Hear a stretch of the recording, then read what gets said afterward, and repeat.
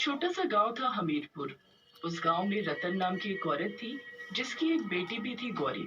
कुछ ज्यादा ही लंबी होने के कारण सभी लड़के वाले उसे नापसंद कर जाते थे।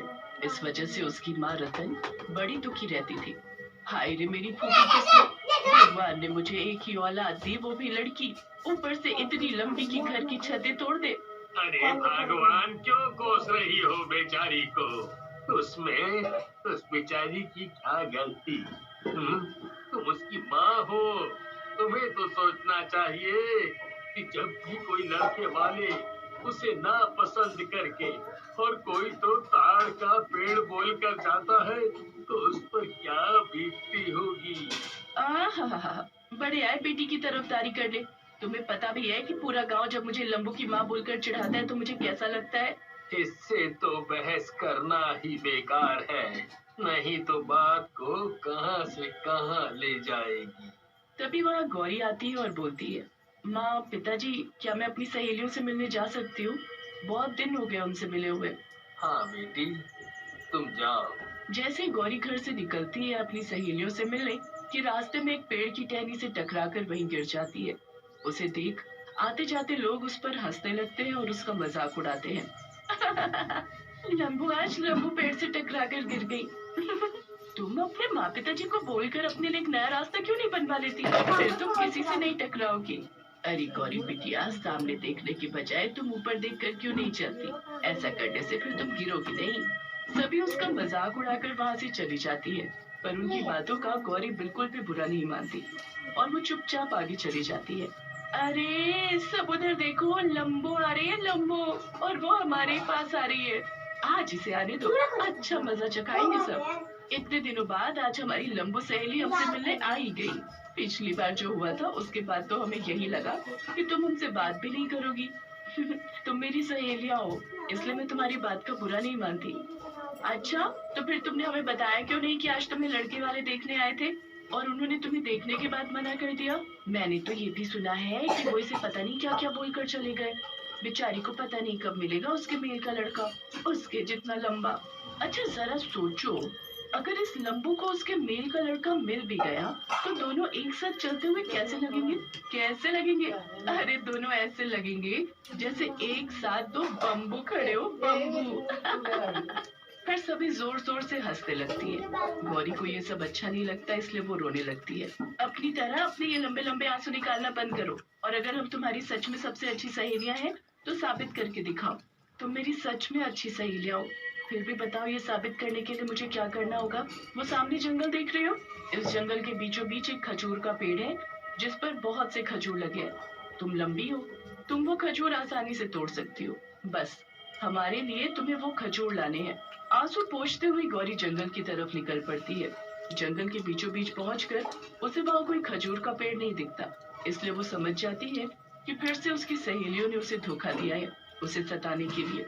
जैसे ही वो वहां से जाने लगती है, तभी पीछे से एक शेर गौरी पर हमला कर देता है, उसे नोच नोच कर मार डालता है। मरते ही गौरी चुड़ैल बन जाती है, वो भी एक लंबी चुड़ैल।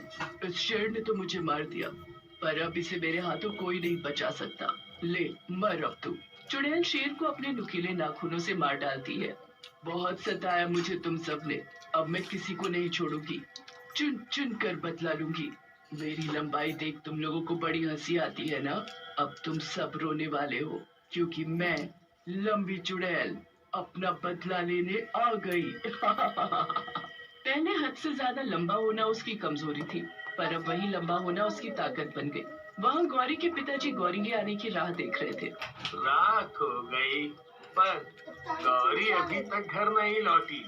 कहाँ रह गई मेरी बच्ची? अच्छा हुआ उस लंबी लड़की से छुटकारा मिला, मैं तो दुखी ही हो गई थी इतनी लंबी लड़की के लिए लड़का ढूंढते ढूंढते। अगर आज उसकी असली माँ होती तो उसके बारे में ऐसा नहीं बोलती। रतन, आज तूने अपना सौतेलापन दिखाई दिया।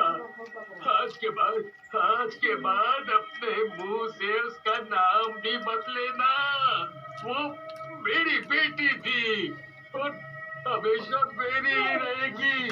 वह चुड़ैल अपने आप को और लंबा कर गांव में घुस जाती है और लोगों को परेशान करने लगती है। अरे अरे, वो देखो चुड़ैल!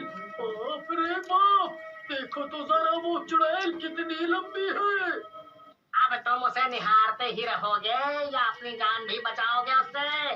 भागो, जल्दी भागो और अपनी अपनी जान बचाओ। चुड़ैल चुड़ैल, हमारे गांव में एक लंबी चुड़ैल आ घुसी है, सब अपनी अपनी जान बचाओ उससे। चुड़ैल फौरन अपने लंबे हाथों को लोगों के घरों में घुसाकर उन्हें बाहर खींच लाती है और उन्हें एक लंबे से पेड़ के ऊपर बिठा देती है। कितने अच्छे लगते हो तुम सब इस पेड़ पर बैठे हुए। अब बैठे रहो ऐसे ही पूरे दिन इस पेड़ पर। चुड़ैल, हमने तेरा क्या बिगाड़ा है जो तू हमारे साथ ऐसा कर रही है? तू अपने लंबे होने का ऐसा फायदा मत उठा। हमें नीचे उतार दे, नीचे उतार दे हमें। अभी तो ये शुरुआत है, आगे आगे देखो मैं क्या करती हूँ। जिस पेड़ पर चुड़ैल ने गांव के लोगों को बिठाया था उस पेड़ को चुड़ैल जोर जोर से हिलाने लगती है।